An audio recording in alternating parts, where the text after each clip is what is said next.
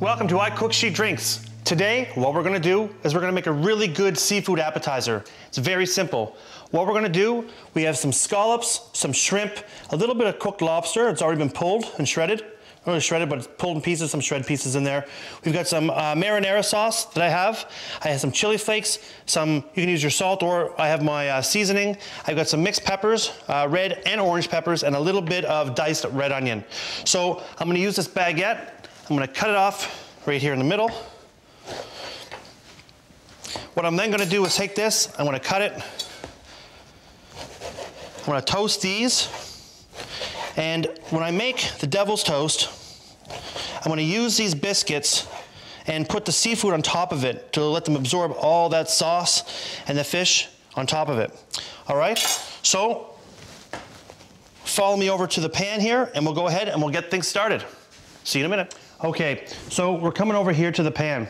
What I'm gonna do that I didn't show in the placement of all the goods, I'm just gonna start out with a little bit of minced garlic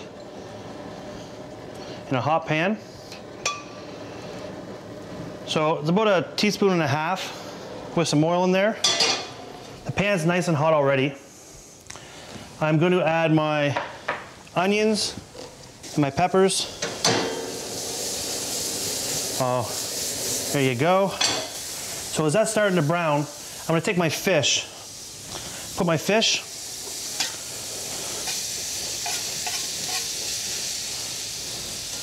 on the top side of the pan.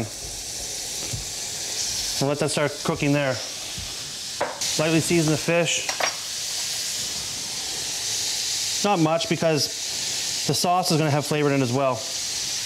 Ultimately, what I'm looking to do is make sure that the fish is nice and seared on both sides. And you have a nice golden presentation on the shrimp and the scallops. The lobster obviously will absorb the heat and blend in with the rest. So we'll let that cook here for a second.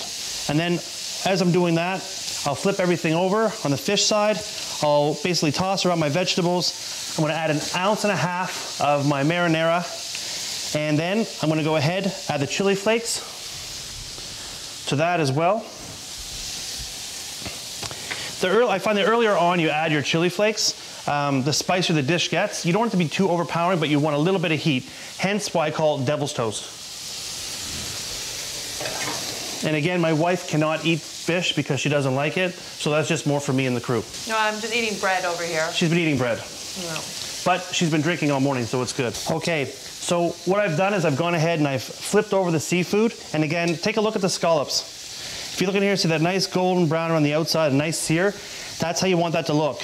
Now, one of the important things about cooking scallops is do not overcook them because they'll be like a rubbery ball. If you want rubbery balls, go to the Asian store and get yourself one of those tapioca drinks. You may as well have the same thing. These scallops should be nice and soft and juicy through the middle, okay? Brown on the outside with a nice little bit of a bite and crisp. On the inside, I like them raw on the inside, but most people just want them to temperature. All right, so we have that here now. I'm gonna toss that in with the rest of everything. So you can see how all the vegetables are cooked. My garlic is brown. Now what I'm gonna do, I'm gonna add my sauce, all right?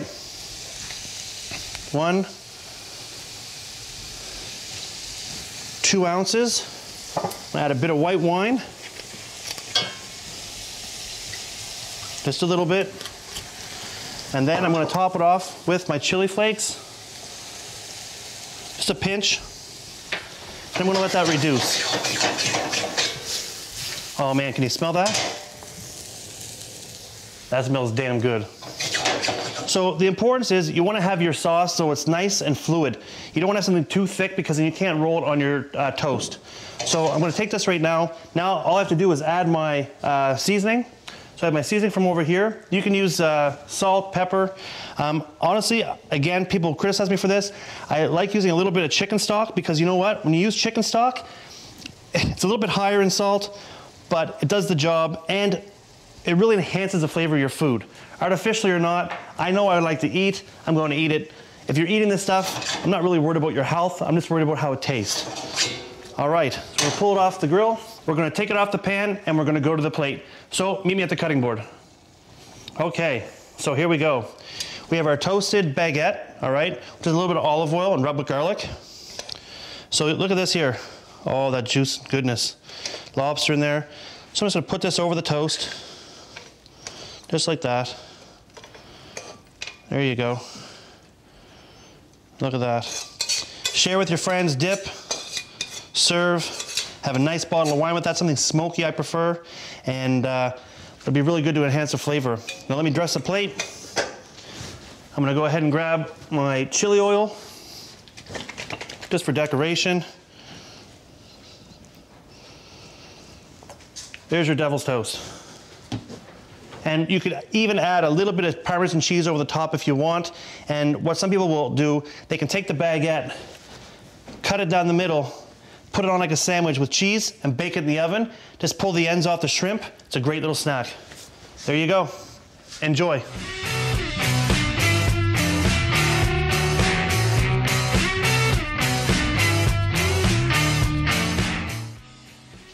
Okay, so guys, what we're gonna do, we're gonna go back to the plate, we're gonna try out that devil's toast.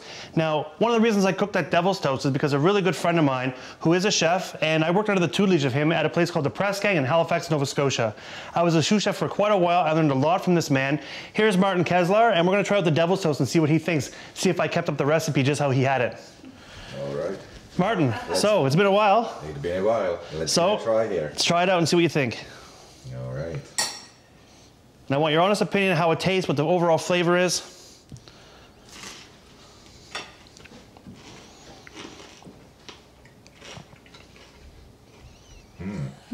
Pretty much perfect. Pretty much perfect?